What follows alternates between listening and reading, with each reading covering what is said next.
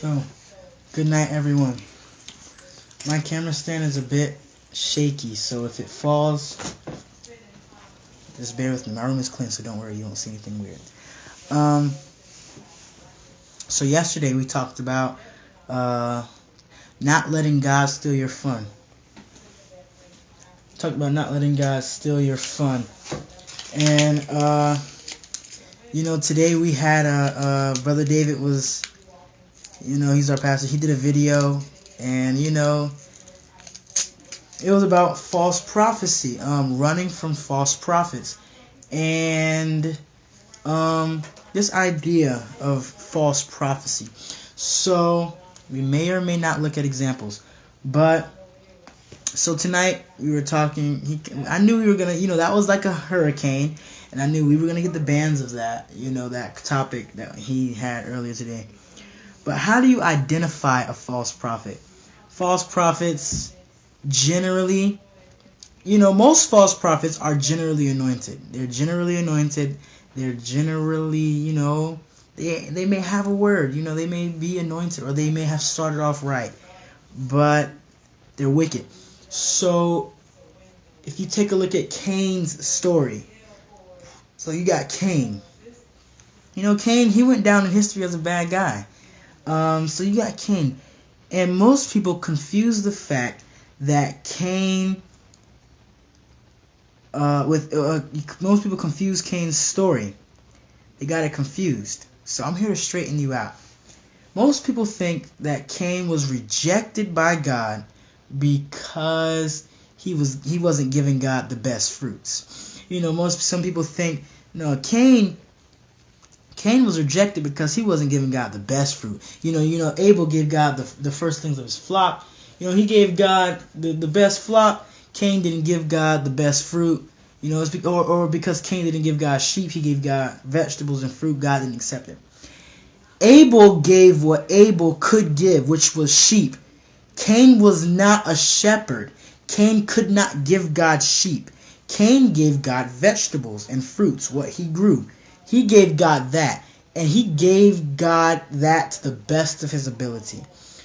Cain was not rejected by God because he wasn't giving God the best corn, the best figs, the best apples, the best oranges, whatever he was growing. It's not because he was giving God the worst fruit. Cain was rejected because Cain's lifestyle did not line up with his sacrifice. So when Cain went to sacrifice, he was one way. But when he wasn't sacrificing, he was another way. So Abel was faithful when he was sacrificing and when he wasn't sacrificing. He was faithful to God. Cain, he was a double-minded person, double-lifed person. When he was sacrificing, he gave God what he could give God. When he wasn't in that setting, he was a completely different person. And so how does that look like in our day? So you got this guy who says, I'm a prophet. I'm a prophet. There's this, there's that. He may give you, oh man, that word is good. Oh wow, this. But then you can see this guy like, no, but the Lord is not really with you. Why is the Lord not with this guy? Well, because this guy is this way. Saul was King Saul. He was an excellent warrior, and wherever he turned himself, he vexed the Philistines. Saul, he sacrificed to God. He did this, he did that. Saul was wicked. Why didn't God accept King Saul? He defended the people. He seemed like an okay guy. Saul was this way. Saul was wicked, so he wasn't accepted by God. He wasn't accepted. You may say, how was Saul wicked? You could tell this guy was crazy. I mean, if you look at, I'm gonna start doing what Brother David does. I'm gonna show you, because most people think I'm lying. Most people think I'm lying. I'm gonna find this.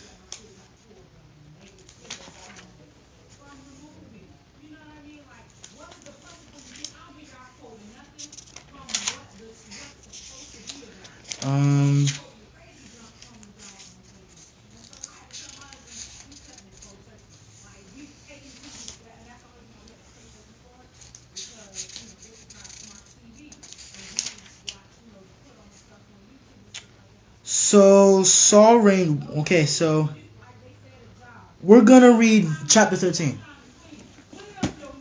So ignore that. I got people over. They're pretty loud right now. So chapter 1 of chapter 13 verse 1. Saul reigned 1 year, and when he had reigned 2 years over Israel, Saul chose him 3,000 men. Okay, so we're gonna go to verse.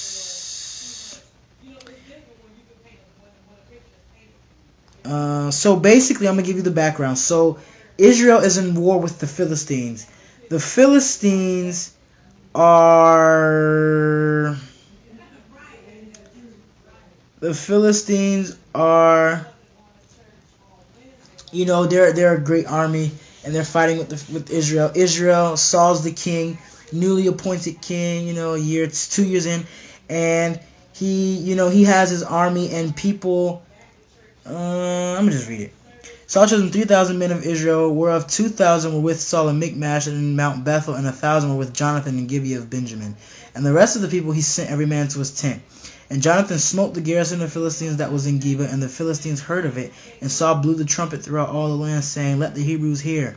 And all Israel heard say that Saul had smitten the garrison of the Philistines, and that Israel also was had an abomination with the Philistines, so the Philistines hate Israel. And the people were called together after Saul to Gilgal. So Saul is calling the people.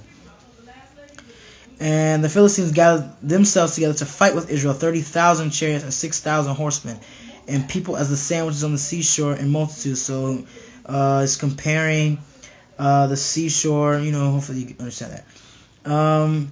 It's comparing the seashore, the sand, to the people, saying it's a lot. And they came up and pitched in Michmash eastward from Beth Aven. When the men of Israel saw that, they were in a strait, for the people were distressed. So these people, the children of Israel, are distressed because they see all these Philistines. Wow, that's a lot of people. It's not a lot of us. They're going to overthrow us. So they're afraid and distressed. Then the people did hide themselves in caves and in thickets and in rocks and in high places and in pits. And some of the Hebrews went over Jordan to the land of Gad and Gilead. As for Saul, he was yet in Gilgal, and all the people followed him trembling. And he tarried 7 days according to the set time that Samuel had appointed. But Samuel came not to Gilgal, and the people were scattered from him. So Samuel, told Saul, hey, when I come back, I'm going to sacrifice, and then you can go and fight. And Samuel said he's going to be back in 7 days. So in 7 days, a lot of Saul's soldiers are leaving because they're afraid. Samuel did not come in the 7 days. That he said he was going to come. He didn't show up. And the people were scared of him. And verse 9, and Saul said, Bring hither a burnt offering to me and peace offerings. And he offered the burnt offering. So Saul is now doing something that's not his job. Saul was not appointed for this. That's Samuel's job. But Saul feels like he can do a better job than Samuel on the account that Samuel isn't here. And it came to pass that as soon as he had made an end of offering the burnt offering, behold, Samuel came, and Saul went out to meet him, that he might salute him. So Samuel just showed up. Saul was told, hey, don't do this. This is not your job. This is my job. When I get back, I'm going to do this. So Samuel, he didn't come at the time appointed. Saul decided to disobey and do this. Okay. Now that's disobedience, rebellion. When you disobey, you feel rebellion, pride, all of that is tied into one. You disobey because you feel like you could do a better job. That's pride and rebellion talking. So now we're gonna venture to chapter 14. So this guy Saul has been cursed by Samuel in chapter 13. Now we're in chapter 14. This guy Saul was willing to kill his son. So this guy Saul was crazy. So Saul was wicked.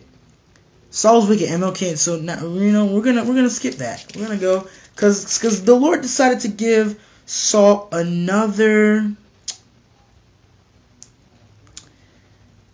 The Lord was gonna give Saul another chance. So yes, he disobeyed there. He's gonna give him another chance.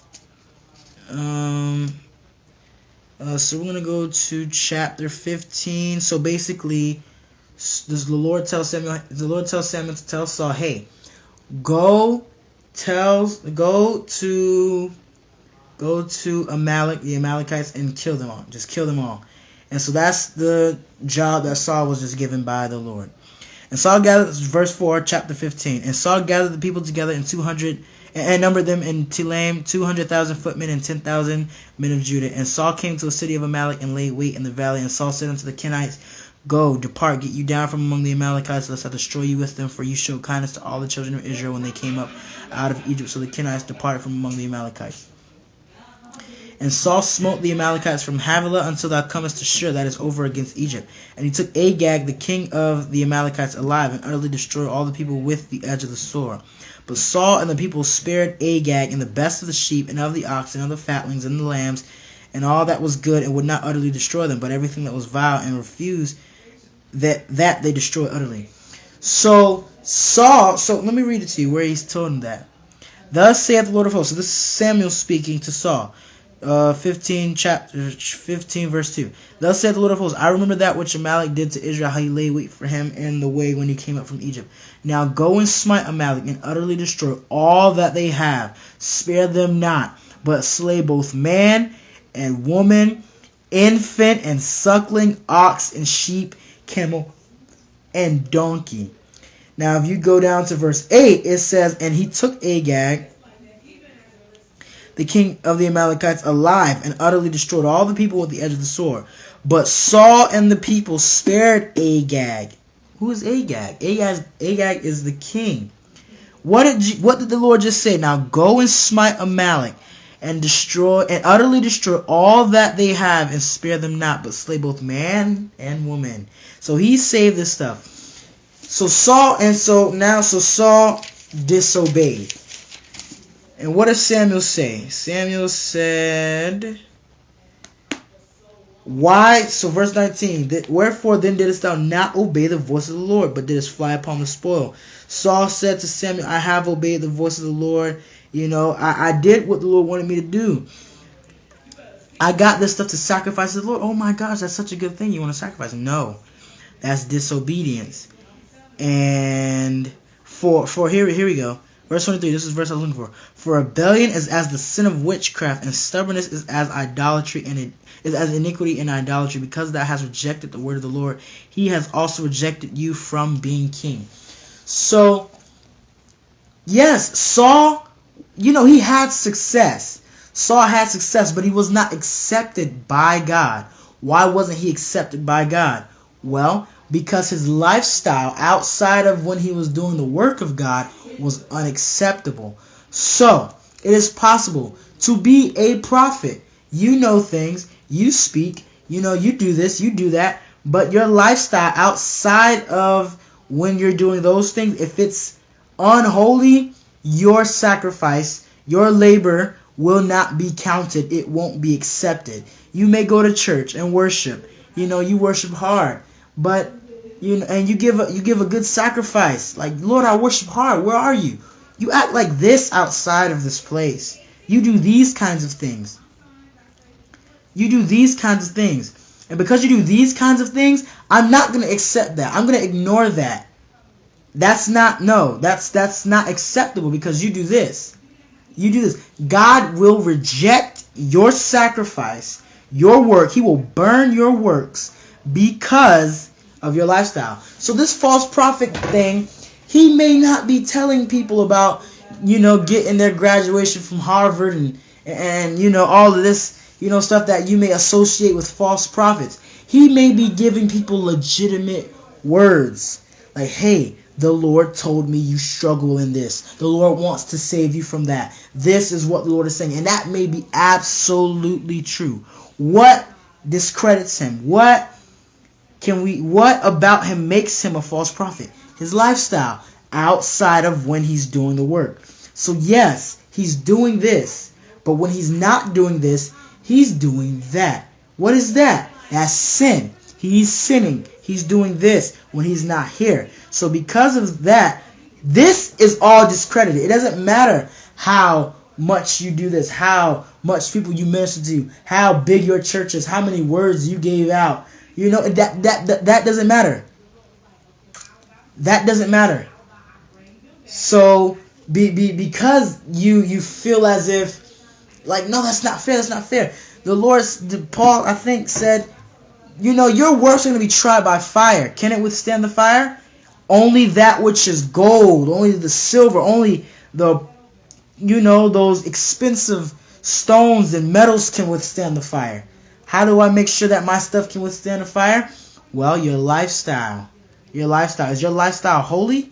If your lifestyle is holy, that means you're constantly in the fire. If you're not constantly in the fire, then when your stuff is tried by fire on the day of judgment, it's going to be consumed.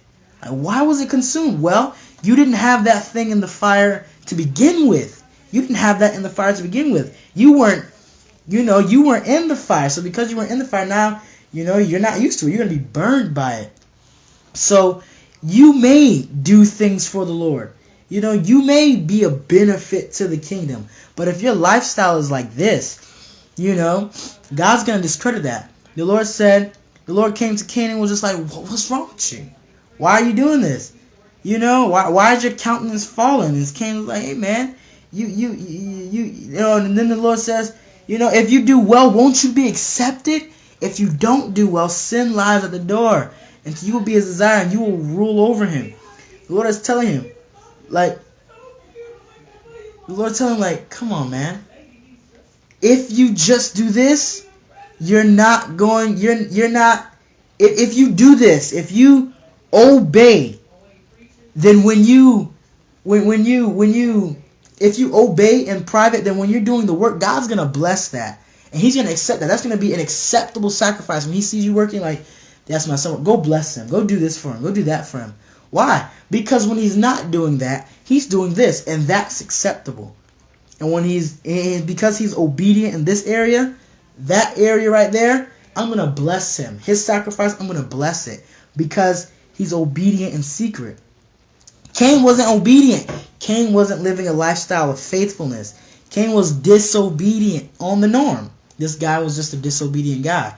And he thought, well, I'm giving God my sacrifice. Why isn't God accepting it? Well, because you live like this. You live like this. You may say, well, I'm just not going to worship. Well, then he's really going to kill you because you were created to worship. Yes, you were created to live a holy life. But worship, God demands worship. Whether you're a holy person or not, you're going to give him worship. The demons have to worship. They have to give God glory. All of creation worships God. So you better give him worship. And if you give him worship and he doesn't accept it, you got to question why. Why is God not accepting it? Well, then you need to look at your lifestyle. Am I carnal at home? Do I not listen to my mother? Do I disrespect my, father or whatever? Yes, you do.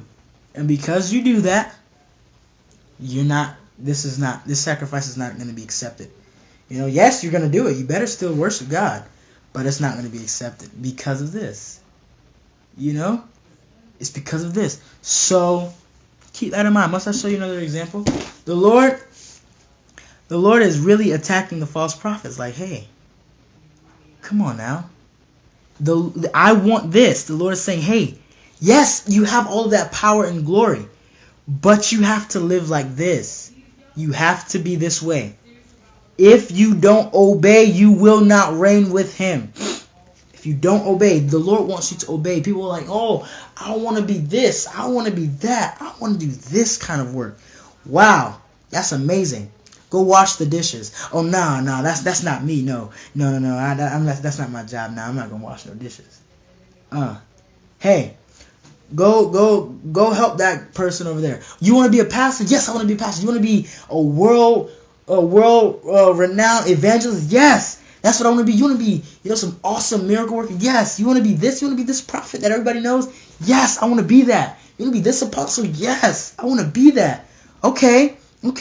Go serve your family. Go clean up after them. The dog pooped on the floor. Go clean that up. What? No. I want to be the apostle. You didn't hear what I said? I want to be the apostle. The guy. I want to be the guy. Oh, you want to be the guy? You want to be the guy? Okay, go scrub those carpets over there. Scrub the carpets?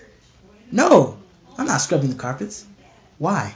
Well, because I want to be this person. If you can't do this, you can't do that. If you can't be obedient here, you're not going to be able to do the work. And when you have to do the work, because some people, the Lord is still going to make them work. Like, yes, you're disobedient, but I've anointed you, so you still have to do this. He's not going to bless you for that. So yes, you may be doing this, but you're disobedient in that area. This is a legitimate thing that he wants you to do, but you're disobedient there. So because he sees that, he's not going to bless this. He's not going to bless it. And if he doesn't bless it, you're laboring technically in vain. At least you're not going to benefit for what you're doing. Other people are going to benefit. Ignore that.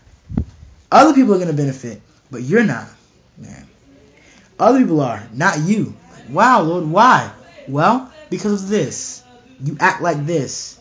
You don't obey in this area. So I'm going to judge you. I'm going to discredit everything that you've already done. Like, what? You're going to discredit it? Yes. So obey. Be a servant. Don't take the highest room. Don't go and proclaim. Everybody's going to proclaim their own righteousness. But a faithful man who can find. Everybody's going to say, hey, man, I'm a prophet. I'm a prophet. I'm this. I'm that. I'm this. I'm that. I want to be this. I want to be that. But a faithful man who can find. I don't know what that's. I think Proverbs or something like that. Or Ecclesiastes. I don't know. Everybody's going to say that they're this or that they're that. But a faithful man who can find. Yes, you may say this. But when I meet you, how do you feel like, you're on the phone with some woman that you want to marry or some man that you want to marry, and they sound nice, like, oh my gosh, he sounds so cute, she sounds so cute, and then you meet them and they're saying like, yes, I got this, I'm this way, I'm a really nice person. Oh really? Yes. Then you meet them and then you look at them like, that doesn't match up with this picture. Yes, that was Photoshop. Yes, that was it's filters and stuff like that. Like, is that what you want? People see you doing the work, God sees you doing the work. Oh my goodness, he can really work. What's his lifestyle like? Oh, he does what? He does this, he does that, he does this, he does that. Oh, well, we can't accept what his labor. We can't accept that because his lifestyle defiles it. So if you want to be blessed for the work, for your labor of love, for your sacrifice, if you want to be viewed as a prophet, if you want people to respect you for the anointing that you have, learn to serve, learn to be obedient. You want to be a prophet, you want people to call you prophetess this or prophet that or apostle this, which they shouldn't. But if you want that, obey. Obey. Be a servant. Obey. And this is for me too. I'm not just preaching to you, I'm preaching to me. Obey. You obey. If you obey, he will let you reign with him. If you don't complain, he'll let you reign with him. Just keep that in mind, okay? Obey in your life. Obey, obey, obey, obey. We can't stress that enough. You have to obey. It may be hard. You may not feel like it. I was laying on my floor today. I was listening to the message of today. Brother D was preaching. I was listening to it. And I'm laying on my floor. And it's like, I know, okay, it's Friday. It's my job to clean up the restrooms today. But, I could just do it at 6, when, just hurry up and straighten it all up. Like, yeah, you could just do that. Or you could just get up and do it now. Like, yeah. And I'm just sitting there going back and forth with myself because I don't feel like getting up. I'm tired. I'm tired. And so, but I was like, let me get up and do it. So it may be hard. I'm not saying it's easy to obey. It's hard, I mean, it can be easier. Most times people make it hard. But it's hard, it can be easy. But you have to accept the fact that this is your job. That's what God wants you to do. So you better make sure you do it. So, be holy. This is your brother Sam. And God willing, we'll talk soon.